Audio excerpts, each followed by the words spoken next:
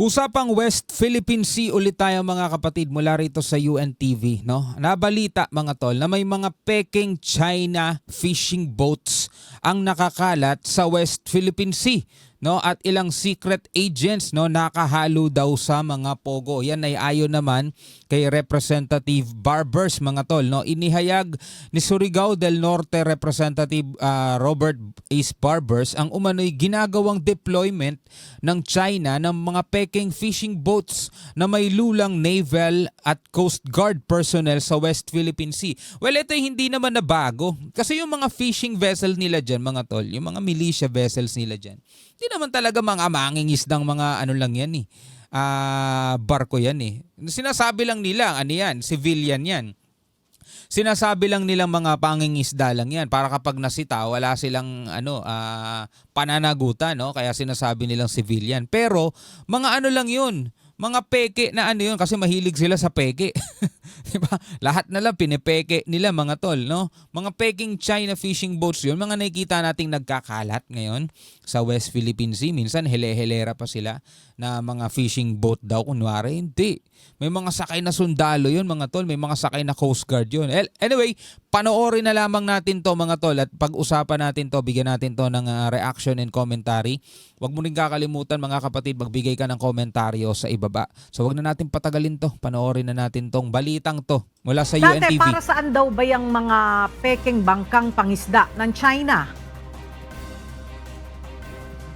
Magandang tanghali, Ella. Sa isang pahayag no sinabi ni Surigao del Norte Representative Robert Ace Barbers na pinupuno daw at nagdi-deploy ng mga military vessel itong China diyan sa West Philippine Sea. Actually mga tol, estilo yan ng China, no? Para bakuran yung inaangkin nilang mga teritoryo, no?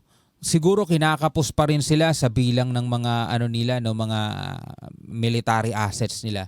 Kaya gumagamit sila ng mga ganitong klaseng mga barko, mga tol, para punuin, para kalatan yung mga lugar na kanilang gustong okupahin. Katulad na lamang nitong West Philippine Sea mga tol, no?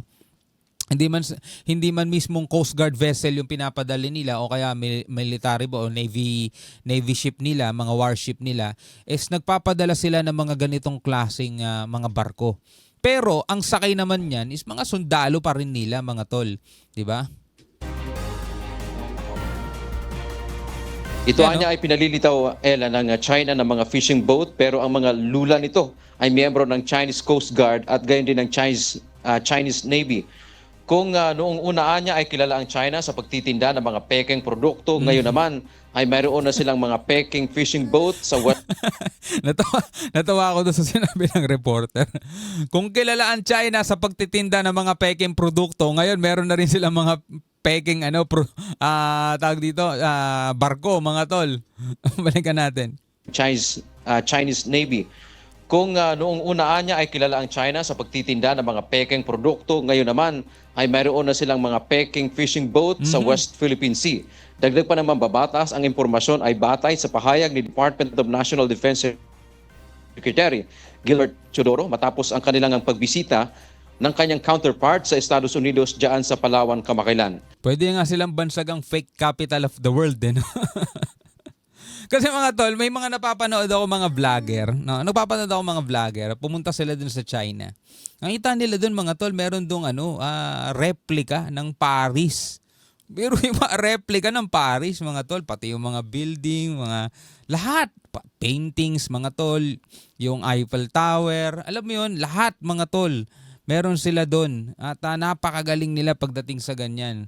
No, ang galing din nila mangopya ng lahat ng mga produkto mga tol. Kaya nga pag nakakita ka ng peke na produkto, mapasapatos man 'yan, cellphone o kahit na name it, no? Kung sabihin nga ganoon Pag tinignan mo kung saan gawa 'yan, China. Kaya nga na bansagan sila dun sa China brand nila. Well, maraming mga produkto ng China mga tol na reliable at talagang magaganda. Hindi natin maipagkakailayan. Marami. Maunlad naman talaga ang teknolohiya nila. At sa sobrang unlad nga ng teknolohiya nila mga tol, nagagawa nilang kumopya ng kopyang-kopya talaga. 'Di ba? Napakahusay nila doon. Pero ito makulit, no? Pati nga daw yung mga missile nila doon, peke din eh. 'Di ba? Nabalitaan na natin yan dati, napanood natin. Yung mga missile nila, imbis na fuel ang laman daw tubig. Ano yung panindak lang mga tol, no? Sa paniniwala nito ay may mga military personnel din anya ang China na pinapasok sa Pilipinas na nagpapakunwaring nagtatrabaho sa Pogo. Pero ang layon ay magsagawa naman ng surveillance. Giniit din ito Yun ang maano doon mga tol, mahirap.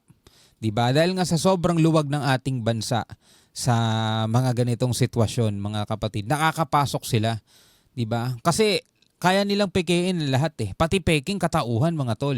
Akala mo mga normal na mga nakatira siguro sa condominium, bumibili ng mga condos, 'di ba? May mga ganitong trabaho lang kunyari, pero yun pala is asset na pala, no? Militar na pala, member na pala ng militar na kumukuha lang ng information sa ating gobyerno o sa mga galawan dito sa Pinas, mga tol.